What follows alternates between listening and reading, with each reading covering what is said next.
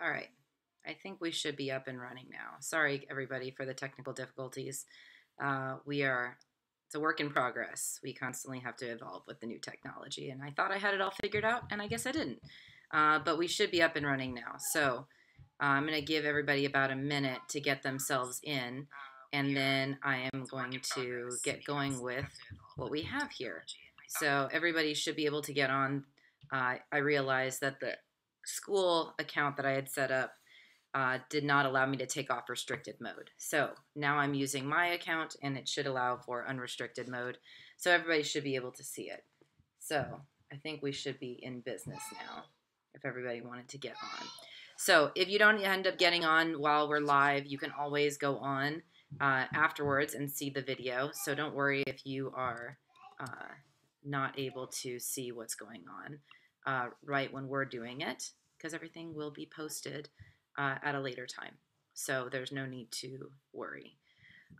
Let's go here and look at our rubric, and then we're going to get into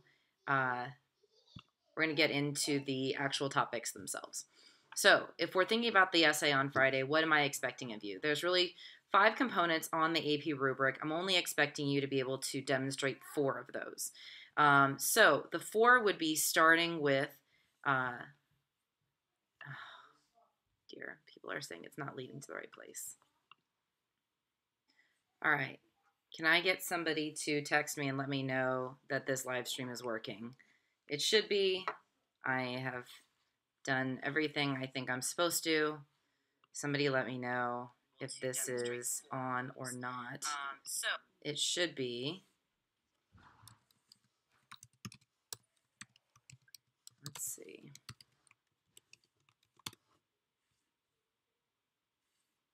Okay. Some people are saying that it's working. So let's keep moving with it. All right. So let's get down to business. Okay. So we have the AP rubric. It's asking for 5 things. I'm only going to be asking for 4 of them because one of them we haven't even gotten into yet, and that's the historical complexity component, which you really can't even get to unless you have more information. Here's JoJo, by the way. Let's hope she stays quiet. Let's work our way through the essay in terms of where things are going to go, what's expected of you, what it should look like. So in the very first paragraph, as we worked on before, there are 2 parts to it. The first part is the contextualization. Contextualization is the bird's eye view of the greater topic. Where do we get this question from? What are the big picture issues? What's the theme?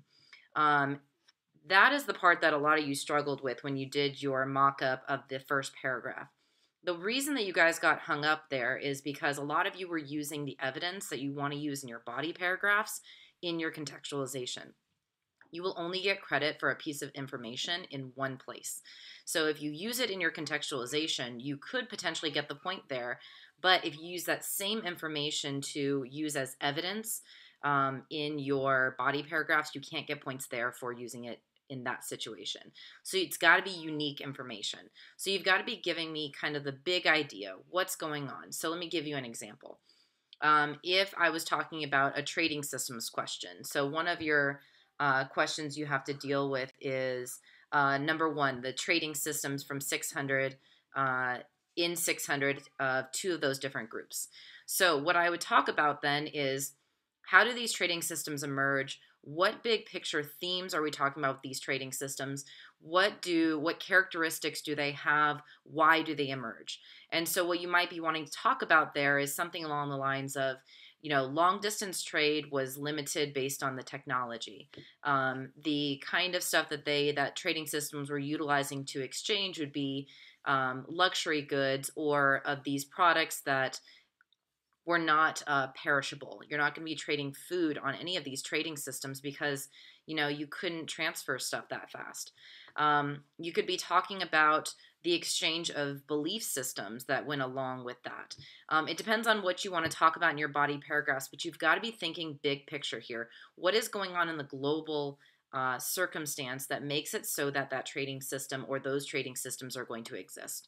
And then you will compare the characteristics of those trading systems, those specific ones, in your body paragraphs and in your thesis. So remember, big picture items would be your contextualization. Again, a lot of you didn't get credit on the paragraph write-up because you used too much specific knowledge about those particular empires in your intro, and you need to be using that later on. And so anyways, big themes, it's your background information. So that's what you should be opening up your paragraph with. And I'm thinking like 3 sentences. So don't go over the hill with contextualization. You won't have time. But if you want to be starting off with some of that stuff, it would be about 3 sentences, and that would lead into your thesis. Your thesis is going to then be 1 to 2 sentences maximum, and it's going to specifically answer the question. All but one of your essay topics for this unit are comparative questions. That means that you need to have at least one similarity and you need to have at least one difference, and then you need to have one that is either of those two. So we always do a safety net. You're only going to be required to get the point to have one similarity and one difference, but if you have a third on there, then you could get points later on for extra evidence, for having extra information, and that kind of stuff. We'll get into that a little bit later. But it's always good to have another one just in case maybe one of your comparisons doesn't work out and is not as strong as it could be.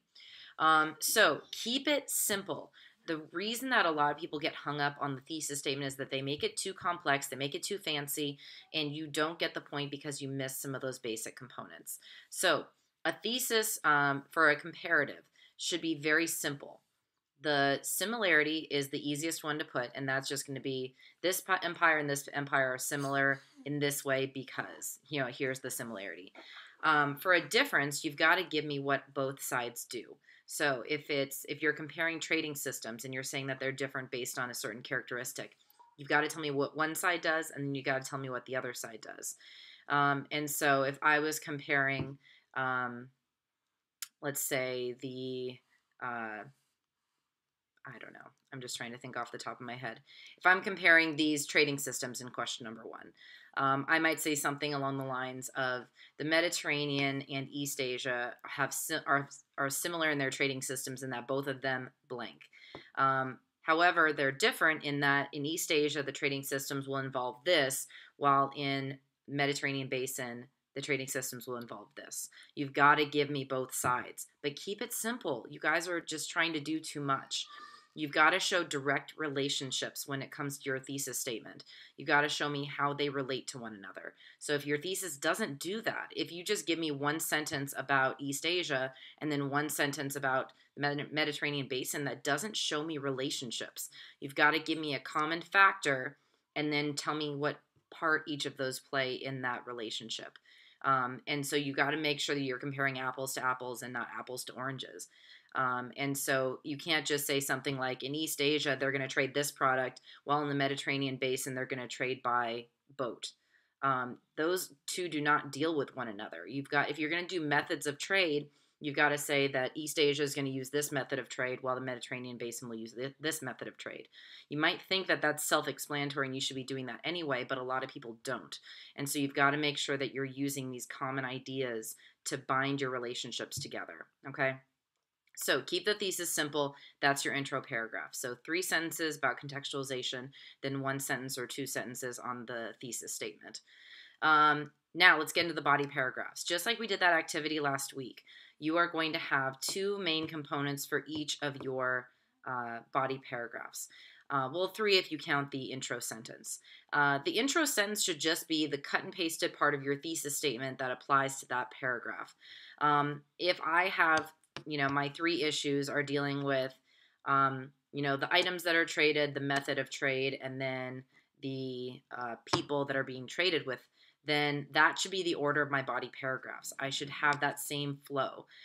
It's just easier. It makes your essay read easier, so that's what I would recommend for that. You're not going to get any points off if you don't follow the order of your thesis, but it's just my recommendation to keep you organized.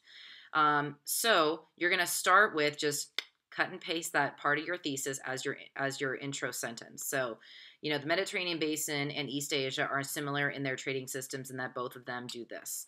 Then what you're going to do, just like we did in class, is provide me with evidence. This has to be historical facts. This is just where you tell me what you know.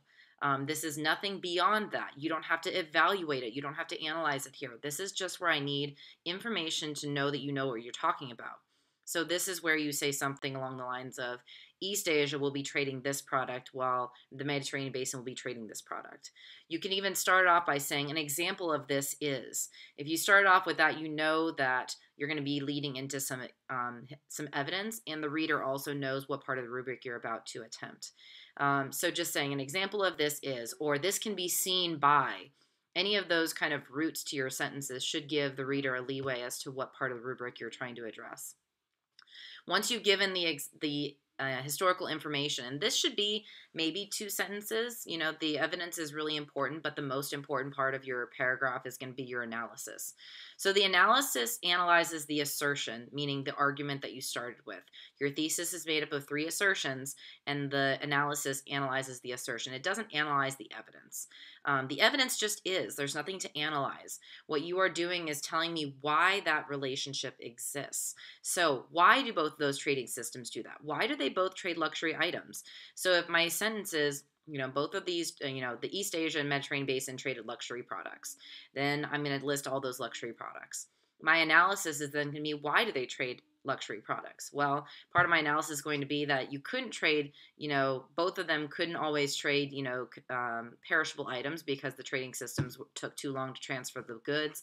You could be saying that, perishable items were not worth as much, and therefore, the money that traders made back from that dangerous exchange was not worth it, unless it was a luxury item. You might be thinking about those, or only luxury items were the desirable products. If you're thinking about an empire is conquering other lands so that people can produce those basic necessities for them, and then they're trading luxury goods that they can't produce themselves with these other places. So that might be part of your analysis. So again, you should be thinking about an analysis about, 2 or 3 sentences. That should be the bulk of your essay, or in terms of your body paragraph. Okay, so that's the whole thing. Those are the components that I'm looking for. Those are 4 components, and then you just repeat that body paragraph 3 times. Just going to start with that part of your thesis statement, give me the historical evidence, and then wrap it up with your analysis. In the past, some people have labeled their essay. You don't have to do that. And some readers say that sometimes it's distracting, but when you're first starting to write them, these first couple times, maybe you want to do that just to ensure that you have all those parts. You will have a rubric on the back of your essay topics when I give it to you on Friday, so you're not going to have to memorize that. But you should be able to remember those four parts. Contextualization, thesis. Boom, that's your intro paragraph. Topic sentence from your thesis, evidence, and then analysis. That's it for your body paragraph, and then repeat that. Remember to make your thesis statement specific. You can't afford to have really broad thesis statements because it's just going to make you go off on tangents. You're going to end up talking forever and ever. You're never going to finish your essay on time. You will have the whole class period to finish, but I do want to make sure that you are going to be cutting down on that time as the year goes on, and so you want to make sure that you're as focused as possible. And so that's the basic premise. Let's get into your specific essay topic so that you know exactly what those questions are asking for. So we've kind of already talked a little bit about topic number 1. So analyze early trading systems to 600 CE in 2 of the following regions. So the key here is making sure that your comparisons are specific. It allows you to compare any element of those trading systems. So it doesn't say, a specific area of the trading system or a characteristic of the trading system or social, political, economic. It's very broad here. So you can really talk about anything. Talk about what was traded, who are they trading with, what method are they trading with, any of those ideas. Remember in your thesis to use the terms that are in your question. So if it says East Asia, don't say China, say East Asia. And then when you get to your body paragraph, then you can say China, because then it kind of narrows it down for you in terms of the evidence. But you want to keep it bigger, especially as we go on to these other topics in the next units, because you could be talking about multiple areas of East Asia, and you don't want to narrow it down in your thesis statement and restrict yourself. And so here is, Mesopotamia, that obviously is going to be well before 600. East Asia, we're talking about mainly China and the Silk Road. The Americas, that's in your chapter 6, talks about the Mochi, and that's going to be the foundation of the Inca. Then it's talking about the Maya. And so that's what I would be thinking about, is that whole inter versus intra-regional trade. Think about those kind of components when you're talking about the Americas. And the Mediterranean basin, that could be the Phoenicians, that could be the Greeks, that could be the Romans. And again, you want to keep it broad in your thesis in terms of referring to it as the Mediterranean basin, because you want to ensure that if you want to talk about another component later on, that you can do that. So if you want to spend one paragraph talking about Mediterranean trade during the Phoenician time, and then another one about when the Roman Empire is there, and then another one when whatever, it will all apply as long as you're specifying when you're referring to it. And so obviously Mesopotamia has a very finite amount of time that we're talking about, but all these other ones can refer to a lot of different things. So East Asia could be any of those Chinese empires. So again, just make sure that you're being specific about what you want to discuss. And you could be talking about East Asia, by the way, in terms of when they were participating on the Silk Road, or when they're fairly self-sufficient and they're not doing a whole lot of trade. Either of those time periods could be applicable. So Leah commented on today's meet about the conclusion. So I'll go back and talk about that for a second before I move on to the second essay question. So the conclusion is really simple. All I want is for you to wrap up your argument. You'll do a restatement of your thesis in a new way. And then you'll wrap things up. Later on, the fifth component of the rubric that I haven't talked about yet, that will fit into the conclusion as well. But for now, for Friday, all I want to see is, restate your thesis and, close out your argument. Even if your whole conclusion is just a restatement of your thesis right now, that's probably the best use of your conclusion that you can have. And again, I want you to do it in a different way. A lot of times your conclusion thesis is better than your intro, simply because now you've spent this whole time doing your essay, and now your argument's a lot clearer. You can get the thesis point for your conclusion or for your intro. And so if your thesis in your intro doesn't work, it's not worded properly, the relationships aren't clear, if it's clear in your conclusion, then you can get the point there. So either place, that's why we want to spend time making sure that you restate it in your conclusion. Okay, so essay topic number 2, analyze the similarities and differences in methods of political control in 2 of the following empires. Okay, so here's the big part of this question. It says political control. You have got to make sure that you are discussing political control. A number of you fudged that up a little bit on your short answer question when it asked for political control, and you talked just about whatever you wanted. Political control means, how does the government control its empire and its people? So that could be a legal system, that could be a religious system, that could be a social hierarchy, that could be giving rights to only certain people. You've got to think about, how do they control their empire? And so you're talking about Han China, Mauryan, or Gupta. You can talk about both, or you can talk about just one. And then Imperial Rome. Here's where people always get hung up on this question. It says Imperial Rome, and people talk about the Roman Republic. You can't do that here. This is not the Roman Republic. This is the Roman Empire. This is Caesar Augustus and on. It says 300 to 476. You know that date, 476, because I told you to remember that date as when Rome falls. So do not talk about the assembly versus the Senate. Don't talk about these, Roman Republic positions and voting and that kind of stuff. That is not applicable here. We are talking about Caesar Augustus and on, when it becomes an empire. Because that's when we see the massive control that Rome has over the Mediterranean, and then over North Africa, and then over parts of the Middle East, and all that kind of stuff. So make sure that you're being specific here about the Roman Empire, because it automatically, you will get a 0 on this essay if you talk about the Roman Republic and you don't talk about the Roman Empire. And so you've got to be thinking about, what are the legal codes here? What are the religious codes here? What are the, methods that they use to control these massive empires that they have? If you want to talk about religion, you can do that, but it can't just be about religion. You can't just say that the religion over here is this and the religion over here is this. You've got to connect it to political control, and you've got to do it in your thesis. So if you were to say something like, the Mauryan and Gupta Empire and Han China are similar in that they have religion. in their society. That's not going to work. You've got to say something along the lines of both the Mauryan and Gupta empires and Han China utilize religious beliefs or philosophies to control their people or to politically control their people. Use that term, that concept of political control, cut and paste that into your thesis. That tells people that you're addressing the question.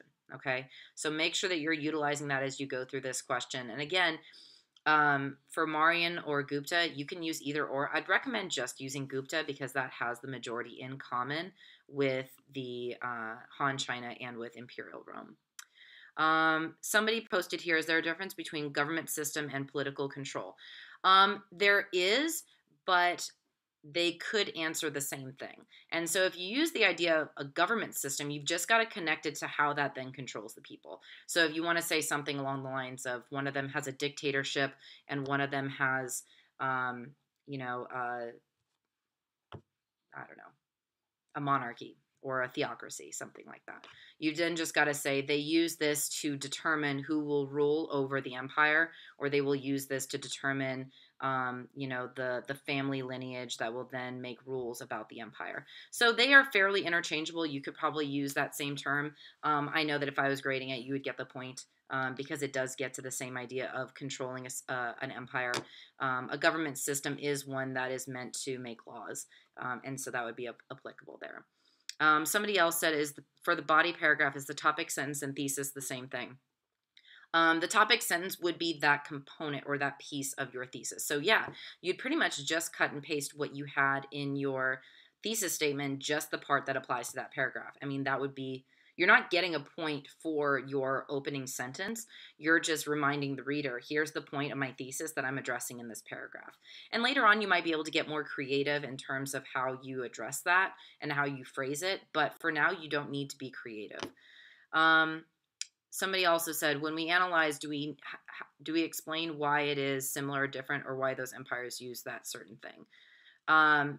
So for the analysis component, after you give your evidence, you are analyzing, let's say, for instance, I'm doing the political control argument, and I just use the point that we discussed. So, Han China and the Gupta Empire both utilize belief systems to create legal codes that control the empire. My analysis would be then, why do they use religious systems to control the empire? And so my evidence would just be, the Gupta Empire is going to utilize Hinduism, which has a caste system, and that determines where people are, and it also makes people concerned about doing the right thing and following where they are in society, so they'll follow the rules. In Han China, Confucianism says you need to stay in your lane to create harmony and balance. You need to do what your parents always did. That's having filial piety. It's whatever. My analysis is then when I say the reason for this is religion and philosophy gives a moral binding reason why you need to follow the law. It's not enough that somebody tells you you can't wear purple. You have to have a moral reason why wearing purple is a bad thing. So you back it up with religion so that people don't argue with you. They don't try to overthrow the government. They don't try to challenge the laws. In Hinduism, it has that very core component of, you need to do this to be a good person. You need to follow the law for the sake of your soul. Because if you don't do this and you challenge it, then you are, going to end up at something worse later on. And so you've got to be thinking about that as your analysis. The analysis is not the evidence, but what does the evidence speak to?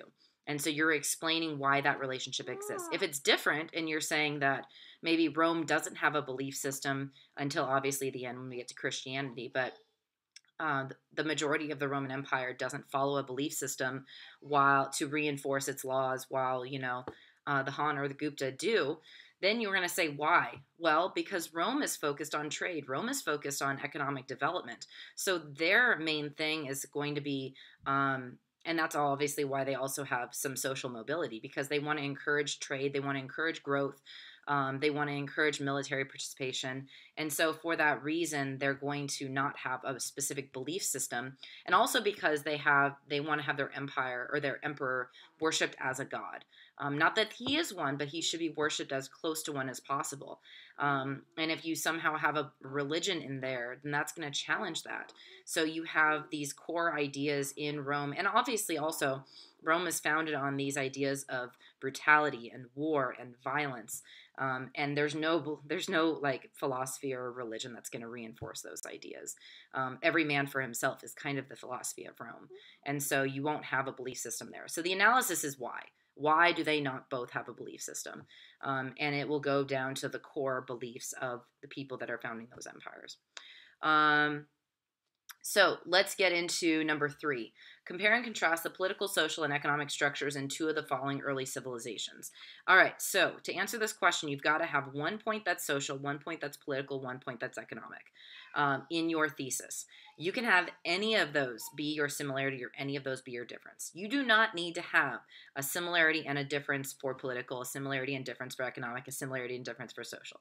You need to have one of each. So if I want my similarity to be my social to be a similarity, my economic to be a similarity, and my political to be a difference, perfect. You just need 3 points. Don't go and do, something fancy where you have like 6 points in your thesis. You just need 3.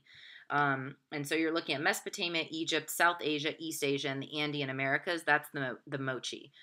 So we're talking about early people in the South American continent. And so again, you're thinking about structures. So that means, how do they determine who's in charge? That means, how do they organize their civilization, a social hierarchy? How do they what is their method of exchange? These are structures.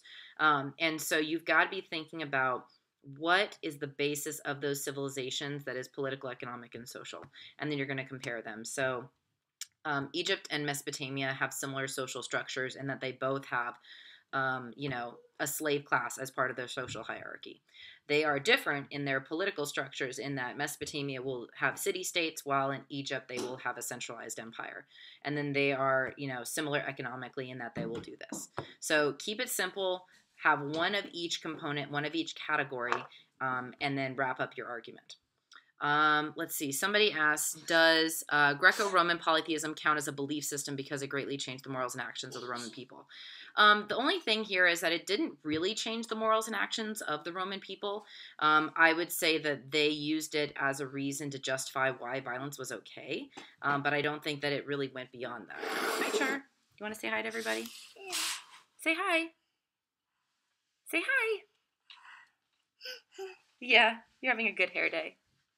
Say hi. These are my students. My students. They're at school. That. Yeah. That. Yeah. That's Charlie. That's Charlie. Okay. Thank you. No. Thank you. So anyways, I would say that the Greco-Roman polytheism is loosely a belief system, but it doesn't really influence the way that people behave. It's just kind of the backdrop. It's just kind of saying like, yeah, people do this, people believe this, we have a reason why natural occurrences exist, but there's really nothing you can do about it. You could categorize that as a belief system. I just don't think it's strong enough of an argument to reinforce why certain systems exist and other systems don't. And somebody else asked, do we need to identify which point is social, political, and economic? Yes, because certain things can fit into different categories, and you need to specify which is which. And again, I only say this because it just makes it so much easier to grade. So if you preface a point by saying they are socially similar in that they do this, or they are politically similar in that they do this, it just lets the reader know that you're addressing all of those points. For example, taxation. Taxation could be political or it could be economic. And so you want to make sure that you're identifying which is which so that the reader knows which one you're attempting to do at any of those given points. And so just make sure that you are, labeling them for your own sake so you can be organized, but also for the sake of the reader being able to know where exactly your points are and where they're going. Somebody asked, is each body paragraph a similarity or difference, or do we have to have social, economic, and political in all paragraphs? One of each. So I will have one whole paragraph that's social, one whole paragraph that's economic, and one whole paragraph that's political. And again, because I only have 3 points in my thesis, I maybe have a social similarity, a political similarity, and an economic difference. As long as one of those 3 is a similarity and one of those 3 is a difference, I'm satisfying the requirements of the thesis. And so in each paragraph, I should have a paragraph on that similarity, or on that social component, a paragraph on that political component, and a paragraph on that economic component. Do not complicate it. Don't overdo yourself. Should we use parentheses to show or just sneak it into the sentence? I would put it in the sentence intentionally. Don't just put at the end social, because it sounds like you're a little bit more elementary. You guys are better writers than that. So just say they are economically different in that one does this and one does this. They are politically similar in that one does this, or that both of them are doing this. And so again, don't do too much. Don't overblow. Keep it simple and just put it into the thesis itself, and then you'll put it into your topic sentence for each paragraph, and that will suffice. Can somebody give Matthew Landis the today's meet code, because he doesn't know to check Google Classroom, and that code has not changed. So Matthew, I see your text. It is on Google Classroom. Okay, so number 4, analyze the Indian caste system and social mobility. Social inequality devised by early and classical civilizations compared to one of the following other systems of social inequality. So you are comparing and contrasting social hierarchies, methods of social organization. So you have the Indian caste system. You have to talk about that. But then you get to pick the one that you're going to compare it to. So you can talk about Confucius, you can talk about Rome, or you can talk about any Mesopotamian system of organization. Or you can pick, you can pick any of those. Sorry, I think I had before you could pick whatever one you want, but I don't want you to do that. So Confucian hierarchy, remember we have at the very top educated people. Remember his whole premise is that the scholar gentry needs to be at the top. They need to be the most important. Therefore, they are the very top of society, followed by farmers because they are the most, thank you. They are the most selfless of people in society. They are providing for everybody else. They're making it so that everybody else can, oh, thank you. Everybody else can exist and do something different. Oh, it's for Jojo. Okay. Everybody else can do something different. They don't all have to farm. And farming, so that is the second most important thing. And really, that's the bulk of the population. After that are going to be artisans because, again, they're skilled laborers. They're a little bit better off than, the average person. But, again, part of that still deals with providing for the population, but then also having something that fuels personal profit. At the very bottom are going to be those merchants. Remember, those are the people that Confucius sees as the lowest low of society. You do nothing for the benefit of everybody else. Everything is for your personal profit. That's why you exist. In addition to that, remember Confucius believes that merchants actually reveal the weaknesses in society and the weaknesses in government, and in that way we don't like them. Because supposedly government should be providing everything that we need for ourselves, and if they don't, therefore we need merchants, then something's wrong with our government. And remember, the whole premise of Confucianism is government is great. Government is awesome. Government provides all these opportunities. And so if there is any point in time where we say that government isn't doing what they're supposed to be doing, isn't doing their job, then that opens a window for people to challenge them. And so anyways, that's the whole Confucian hierarchy. Remember, you do what your parents did. So whatever you're born into, that's what you're going to do. The only time that you can be socially mobile would be if you gain an education. Education is hard to get. It is expensive, and it requires that your child doesn't do what you're doing and goes off and goes to school. And that's really hard for a parent to do because a lot of times people are very poor. If you're a farmer, you can't afford to have your child go off to school all day and not work on the farm and help you cultivate. And so you wouldn't just send your child off there unless you have a million children and therefore you don't have the burden of needing all of your children to help you produce stuff. And so it keeps people in balance. It keeps people from thinking that they're better off than they really are. And it keeps the necessities of government going.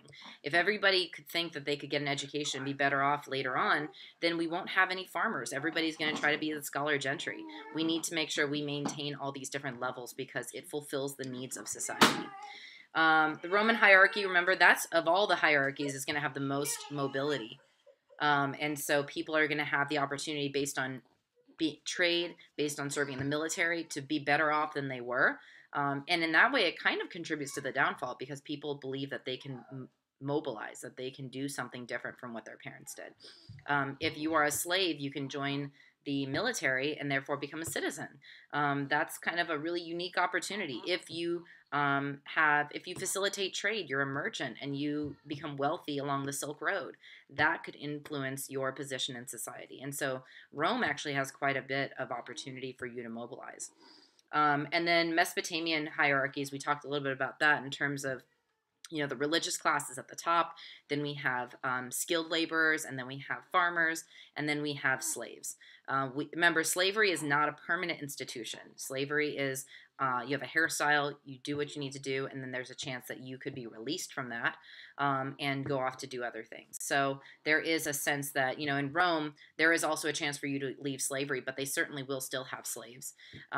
Confucius, in China, we don't have any slaves. You don't need them. Confucius has kind of all those groups set up so that you don't need to have a class of slaves specifically.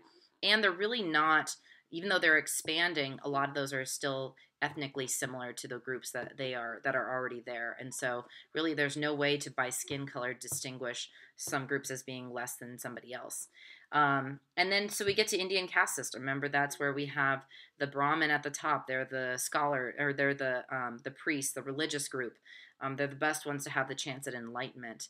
And then we have the Vaishyas, the Kshatriyas next. The Kshatriyas are the warrior class and the upper government officials.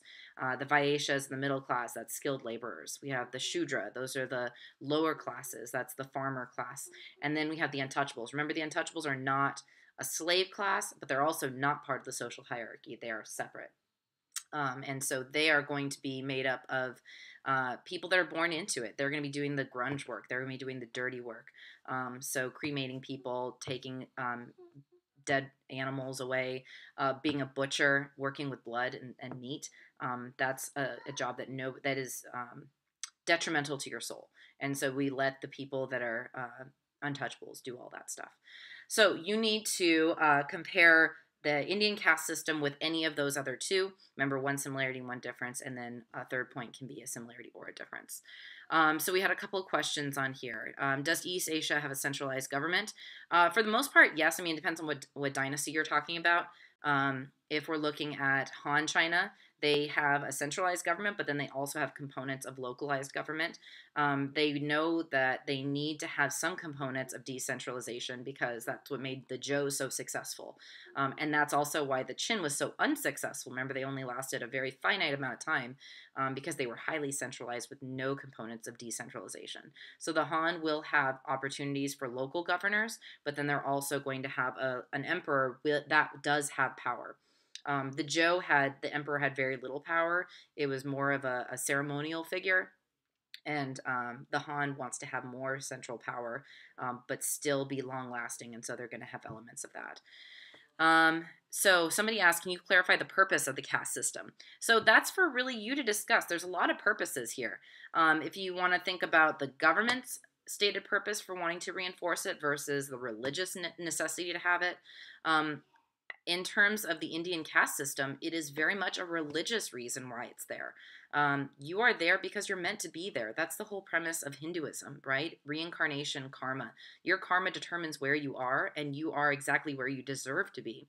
And so whether life is a punishment or a reward is based on where you are. Now, at the core of it, really, it's not a reward for anybody, because if you really did exactly what you needed to do to achieve enlightenment, your soul would stop being reincarnated. But obviously, if you're a Brahmin, you have a lot better lifestyle than somebody who's a Shudra or, an untouchable. So the purpose there is for the betterment of your soul in terms of the caste system.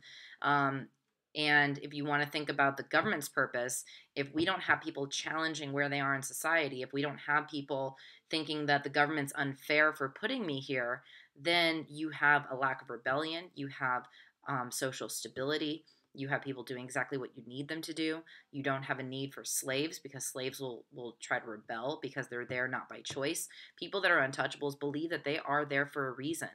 And so they're not going to challenge that, because if they do, that puts them in an even worse position in terms of their karma. They need to accept where they are, and they need to do the best job they can to get out of that.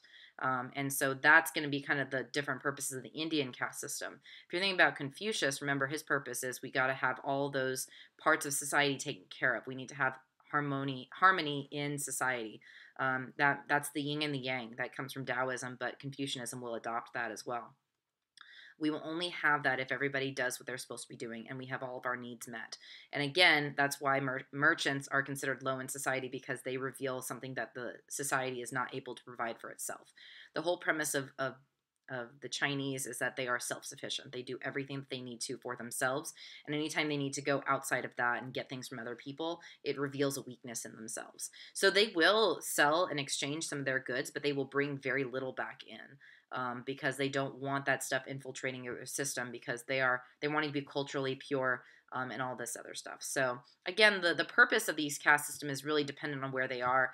Rome wants to have a slightly more flexible system because they want to be more economically prosperous. They want to engage in more exchange with other people.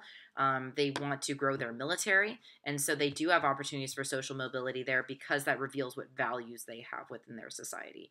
And I think that that's really the core of all these caste systems. They reveal what's important. And for the Chinese, it's to stay where they are. For the Hindus, it's to be the betterment of your soul. For the Romans, it's to expand their trade and their military power. So it really just depends on where you are. So somebody says, say we have a similarity in that the social mobility is almost non-existent. How do we analyze that without being redundant? So what you would say is that they are, what that would sound like in a body paragraph would be something like, social mobility is extremely limited or non-existent, similarly in the Gupta as it is in the Han Dynasty. That would then be my topic sentence of my paragraph. I would give evidence there, and then I would say, why don't they have social mobility? Well, the why is that they don't want people challenging the government. They don't want people being dissatisfied with where they are. And so they build into that belief system why you are where you are, so that there's no challenging of that. That's not the same thing. That's not being redundant. That's giving a deeper reason for why they don't want to have social mobility. And so I don't think that that's being redundant at all. Would we just say the similarity and difference like the other essay topics? I'm not really sure, Colin, what you're talking about there. But yeah, I mean, the thesis statement would just be one similarity, one difference, and then another one that you can choose between one or the other. So, Colin, if you want to restate that question, I can then address that later. Okay, topic number 5, compare and contrast how Christianity in classical Rome and Taoism in classical China influence cultural practices. All right, so we're talking about Christianity and Taoism cultural practices. So you've got to think about here, how do these religious groups, as they are infiltrating those empires, change the way people act and behave?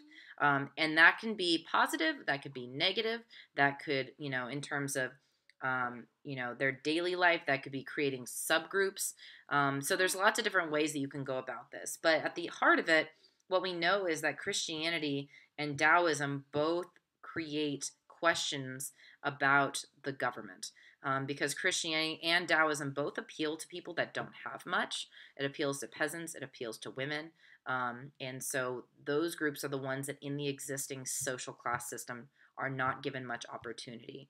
And it gives them a reason to practice something else that makes them believe that they deserve to be equals in society, that they don't have to accept what the government is doing. And that's really bad. That's bad for the government. That's not bad for the people there, but it is bad for the government itself. And so in terms of cultural practices, you can talk about a whole lot of things with cultural practices there. It doesn't have to be, you can even sneak in a political practice in there if you wanted to connect it to how people culturally interact with one another.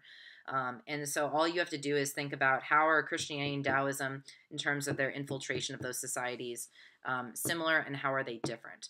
And again, a lot of this deals with the challenge, what system is currently there, and where do those practices, how are those practices affected? So you're not talking about like where they didn't affect cultural practices. You only need to talk about where they did affect those cultural practices, where things changed. So you can't say something along the lines of, Christianity will affect this cultural practice, but Taoism will have no effect here. That will be an incomplete comparison. You've got to come up with common ways that they affect society. And so cultural practice could be the way that they're broken up into a social hierarchy. Cultural practices could be the way that people engage with one another, how people marriage, and how people run the government. Cultural practices could be methods of worship, methods of going, holy systems, or instituting learning or educational systems, or monasteries, the introduction of systems where people live in poverty and live among people of the same sex to meditate and worship and those kind of things. And so, again, this is a really straightforward question, but Christianity and Taoism have a lot in common. Remember, Taoism originates in India, and then it's going to move into China and will challenge Confucianism and a lot of those philosophies, especially at the end of the Zhou dynasty. The Yellow Turban Revolt will be a lot of Taoist practicing people that are challenging whether that government should have as much power as it says it should. And Christianity obviously will become the religion of the Eastern Roman Empire, but here we're talking about the Western Roman Empire. So don't get into the Byzantine Empire. You need to stop with the fall of the Western Roman Empire. Okay, number 6, analyze the effects of the Shang Dynasty civilization from 750 BCE to 1045 BCE on later civilization. So this is a cause and effect question. It's going to be fairly similar to a similarity or a difference in terms of you need to have, it doesn't say you need to have causes, you just need to have effects. So how do practices that come about in the Shang Dynasty affect future empires? So, if you want to think about you can't talk about the dynastic cycle yet because that doesn't come about until the Zhou. But if you want to think about filial piety, you want to think about ancestor veneration, you want to think about writing and the emphasis on record keeping. If you want to think about, what are some other ones? I don't know. Those are the main ones off the top of my head. I'll have to go back and look at my notes. But think about how those lay the groundwork for future empires. You don't have to have differences. This is not something where you need to have one similarity and one difference. These are just, you need to have three effects of the Shang Dynasty. So the Shang civilization will affect future civilizations by, instituting a tradition of this, by establishing the role of this, by emphasizing the importance of this. And those are your 3 points, okay? There's nothing fancy there. You don't have to do any like this side does this and this side does this. Just say these are the 3 effects that the Shang have on future civilizations. And then in your evidence, you're going to tell me what civilizations, or sorry, what dynasties can we see those effects manifest themselves in. So, the Shang Dynasty affected future dynasties by establishing the importance of ancestor veneration. Then my evidence will be, for example, this can be seen by oracle bones that the Shang will practice, and then also later on we will see these dynasties doing this. So you've got to establish what it looks like in the Shang, and then what it looks like in these future dynasties. So you need to give me at least one future dynasty that we can see those practices replicated or morphing into another kind of thing that's of the similar basic idea. So another way that ancestor veneration is practiced in a future dynasty would show that effect. So yeah, Colin, you just say for our thesis for that question, do we just state the 3 effects? Yeah, that's basically it. Buddhism coming to China during the Han Dynasty? Yes, it does. I said during, I was talking about Taoism coming in during the end of the Zhou. I wasn't talking about the Han. Can we say that the Shang Dynasty influenced future religions and explain how those religions related to future empires? That was a complicated point. Influence future religions. Yes, I suppose. But again, that would probably be evidence of the same idea of like ancestor veneration. And so, because the Shang doesn't have a specific religion that they practice, it's going to be a hodgepodge of like shamanism and these different kind of nature-based religions, but at the core of it they still will practice ancestor veneration that we can see through the oracle bones. So you can say how Confucianism taps into that and builds around that idea. That would be a good link. Should we focus on a certain future dynasty? No, you can do any future dynasty that you want, Tess. So you could talk about anything after the Shang. So again, we only have done 4 dynasties. So Shang, Zhou, Qin, Han. Those are the only ones you're going to talk about in this essay. You've got to stop with the Han. You can't go beyond that. You don't know anything about those future ones anyway, so I don't know why you would. So compare and contrast early pastoral and nomadic societies with early agricultural societies and cities. Okay, this is where people get hung up on this question. So a lot of times I will see essays where people will compare pastoral and nomadic societies. That is not what this question is asking. It is clumping pastoral and nomadic with settled societies. Okay, so you've got to compare nomadic groups with settled groups. So you've got to say, what are some basic things that they share in common? What are some things that are different? And so you're going to have to go into and just think about, because I know you'll say, well, I don't have any similarity. What could possibly be similar about, pastoral and nomadic groups and that of settled societies? There are quite a few. If you want to think about, even in these settled societies, heavily dependent on natural resources, they won't have the technology really yet to develop things to live not by the rivers. These early river valleys will have to settle there because they still won't have the technology to pump that water to places further out. If you want to think about, the weather and how that impacts that, it is equally devastating for both of these groups. Because in an agricultural society, if you have a bad season where you have drought or something like that, then your supply is depleted, especially if you don't have a really good buildup of stuff. If you have a bad season, you could all starve. And then same thing, if there's bad weather that prevents certain things from growing or certain animals from living, let's say you have a drought and that kills off a lot of animals, you are equally in a whole lot of trouble with that. And so, the dependence and the emphasis on the natural environment, victims of the natural environment, are going to definitely be a similarity. But then you can get into gender roles, you can get into, complex societies, creation of different hierarchies, creation of complex, technological advancements, those kind of things. So you can discuss any of that when it comes to the differences. There's pretty much a whole lot of ways you can go about that. And so Leah asked about the last question in terms of how do we analyze the effects. And so basically what you're saying is, why does it lead to that? So you're going to paint the picture in your evidence in terms of like the actual historical facts. And then for the why, you're going to say, why does that idea continue? Why does this idea affect these future generations? Well, the idea is that all of society for the Chinese is based on a lot of those core concepts, those core beliefs. And so why are those specifically important? Because it emphasizes how important the family unit is, and how important the male figures are. And so if you even trace it back, you can say that, these family structures are reinforcing a patriarchal society. And that's really, the males being at the head of everything is vital for all of these other systems to exist. Because if you don't have the males being the center of the family unit, then what justification do you have for having an emperor with as much power as he does, or for the 5 relationships, or for whatever it might be? And so again, you just be kind of thinking about, why do groups in the future tap into those ideas? Why do they continue those ideas? Why do they want that connection to the past? What does it say about their values? What does it say about who they are? And again, this is kind of your overarching idea that's bigger than just the straight facts. This is going to be something that is, stepping back and saying, okay, so why does this pattern exist? Why do groups continue to do these things? And so that's all the essay topics that we have. And so that is 1 through 7. On Friday, we will pull one of them from the hat, and then you will choose that essay. There will also be an 8th option in the hat, and that will be that you can pick which one of the 7 topics you want to write about. And so everybody in the group, or everybody in the class, can write about something different.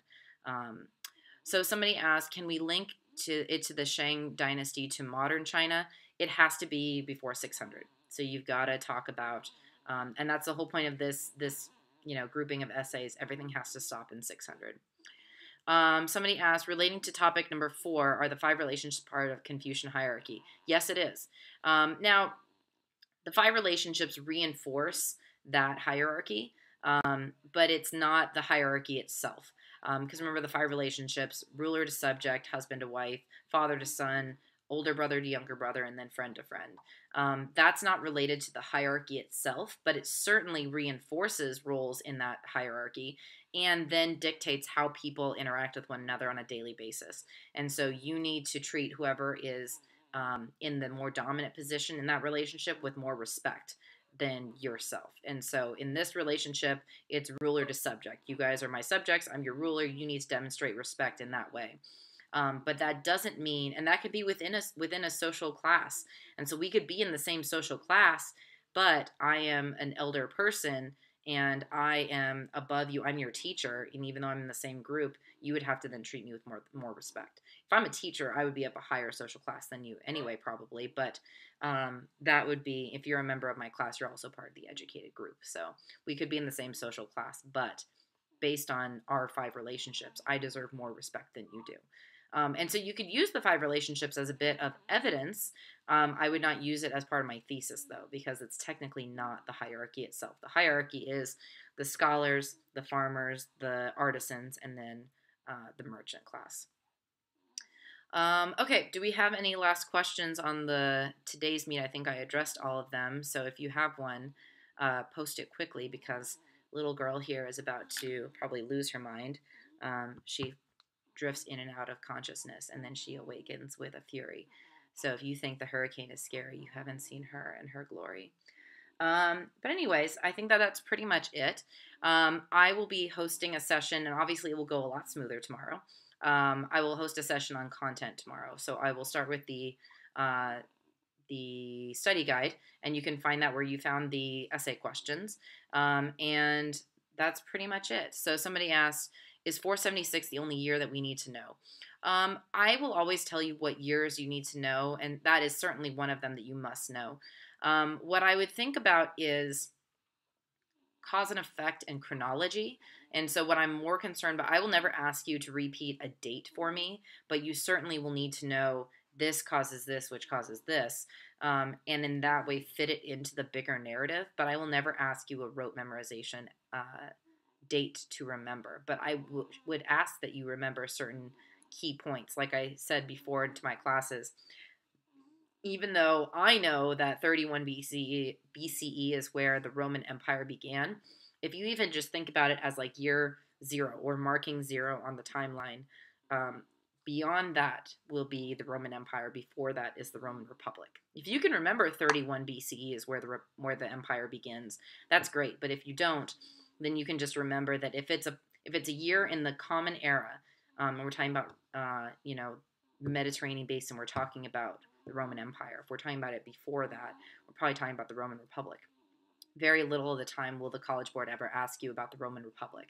But it is good information to have when you're thinking about essay topics and talking about things that change, especially if they could ask you a continuity and change over time question in terms of how things adjust in the Mediterranean basin from the period 600 BCE to 600 CE. So that would be the only thing there. But I think that's pretty much it. So I've answered all the questions. If you want to keep posting questions on here, what I'll do is tomorrow I will start with the questions that you post, and then I will move on from there with content. And I will open up another today's meet for the session tomorrow on our content. I think it'll be about the same time tomorrow, and we will actually start right at 1 o'clock because now I have this all figured out. So if you have any questions, just post them there, and I will answer them tomorrow. Hope you guys stay safe tonight and have a great day. Bye.